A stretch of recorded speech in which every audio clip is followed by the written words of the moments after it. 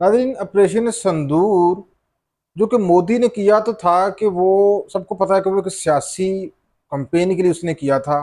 कौम की एंटी पाकिस्तानी जो भावनाएं हैं उससे खेलने के लिए उसने ये किया था, ताकि कौम को ये बता सके कि वो पाकिस्तान के कितना अगेंस्ट है। और जाहिर है हिंदुस्तान में पाकिस्तान के जितना को अगेंस्ट होता है उसी के मुताबिक उसको वोट मिलता है। तो पिछले तकरीबन 10 से 12 साल से बीजेपी जो रूल कर रही है हिंदुस्तान के ऊपर, वो इसी रूल के ऊपर कर रही है।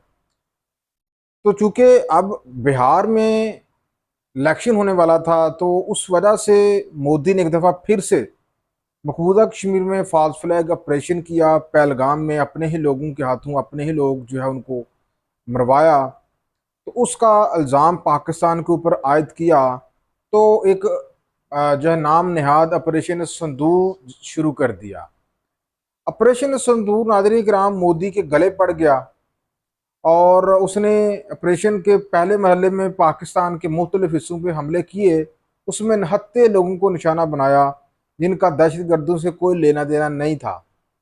लेकिन उसके बदले में जो पाकिस्तान ने जवाब दिया, उसने मोदी को सार उठाकर चलने से रोक दिया है।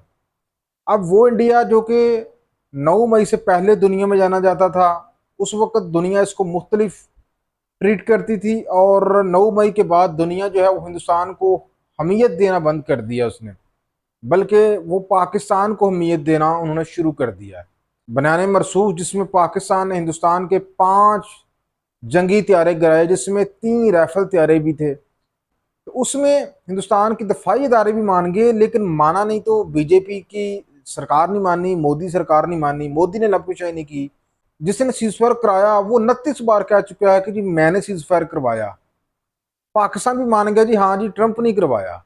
और अगर मान ही रहा तो वो हिंदुस्तान नहीं मान रहा, मोदी जी नहीं मान रहे कि ट्रंप ने करवाया कि नहीं। अब किस तरह से माने, और त्यारे गिरने के हवाले से भी किस तरह से माने। तैयारों की कीमत इतनी है नादरीन के 1971 की जंग में भी हिंदुस्तान का इतना नुकसान नहीं हुआ जितना पाकिस्तान ने 2 दिन में कर दिया। और ये वही तैयारे हैं जिसका स्कैंडल ऑलरेडी मोदी के ऊपर जो है उसके गले पड़ा हुआ है, और करप्शन के चार्जेस हैं मोदी के ऊपर। और वो तैयारे जो है वो मोदी को नहीं बचा सके। हिंदुस्तान की जो पार्लियामेंट है उसका मानसून सेशन चल रहा है, और उसका जो सूसी फोकस है वो ऑपरेशन संदूर के ऊपर रोशनी डालना है। और मोदी से जो हिंदुस्तान की अपोजिशन है वो ये सवाल कर रही है, 2 बेसिक सवाल हैं उनके, कि यार आप ये बता दें कि कितने त्यारे गिरे। मोदी सरकार इसके ऊपर चुप का रोजा रखे हुए है, नहीं बोली, एक लफ्ज नहीं बोली। दूसरा सवाल ये भी अपोजिशन से पूछा जा रहा है राहुल गांधी की जानब से, कि भाई आप ये बताएं कि क्या ट्रंप का कोई रोल था हिंदुस्तान पाकिस्तान की सीज फायर को लेके।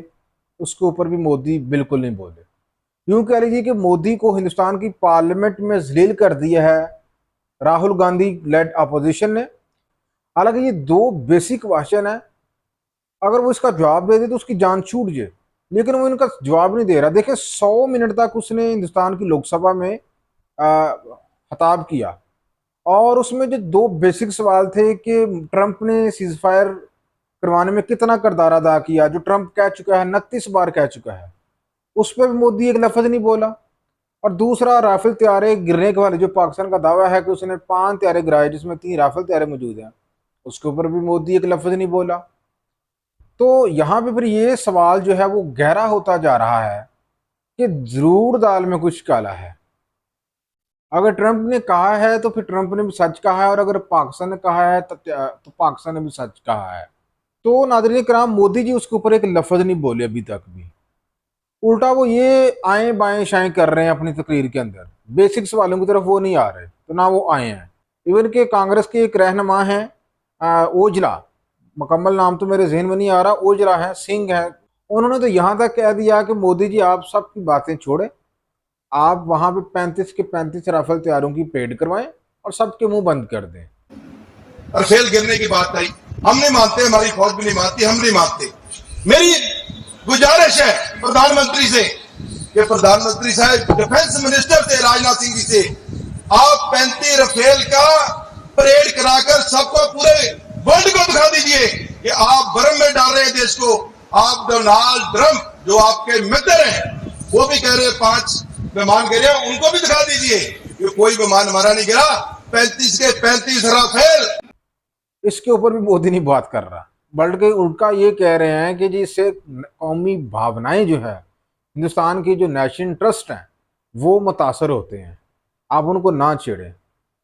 तो यहाँ पे ये दोनों सवाल जो है वो ठीक हैं, और मोदी जी इसके ऊपर नहीं बोल रहे वो गलत है कि ऑपरेशन संदूर जो है वो नाकामी से दो चार हुआ, बल्कि उसके गले पड़ गया मोदी के। उल्टा उसने अपना मुल्क का इतना माली नुकसान किया, कौम के टैक्सों का पैसा जो जहाज़ों के ऊपर लगाया हुआ था, राफेल तैयारों के ऊपर, वो 5-6 जहाज़ उसने गिरा दिए बगैर किसी वजह के यार, मतलब कोई वजह भी नहीं। ना तो कोई कश्मीर को लेकर कोई जंग हो रही है, ना पाकिस्तान ने कश्मीर पर कोई हमला किया बिला वजह, क्योंकि बिहार में इलेक्शन आ रहा था और हिंदुस्तान की जनता की सपोर्ट जो है वो चाहिए थी मोदी को। तो पहले भी जो है वो उसने काफ़ी इस तरह के फालफिरा के ऑपरेशन करवाए, जिसके बाद उनको हिंदुस्तान में काफ़ी पॉपुलैरिटी मिली है।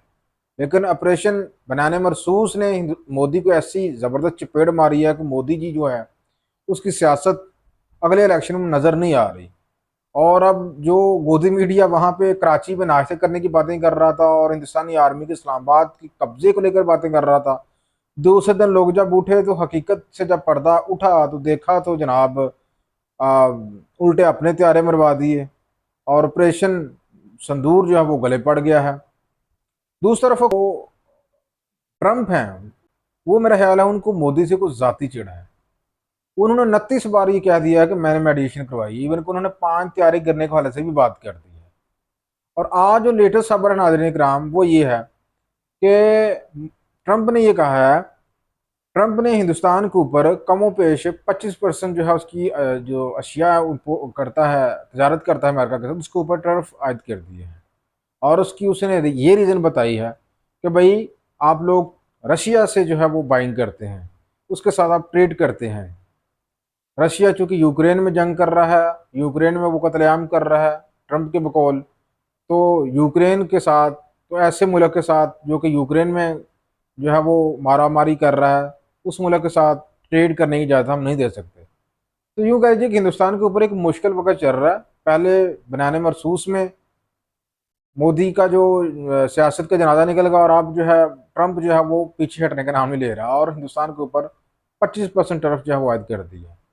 तो ये नाज़रीन करम सारी सूरत हाल है जो मैंने आपको सामने रखी थी। बहरहाल इसमें जो पॉजिटिव चीज़ है वो ये है कि हिंदुस्तान की पार्लियामेंट में इसके ऊपर डिस्कशन हो रही है, खुलकर डिस्कशन हो रही है। पाकिस्तान की तरह जो है यहाँ पे ये नहीं कहा जा रहा कि मैं रियासत हूँ, आप मेरे ऊपर बात नहीं कर सकते।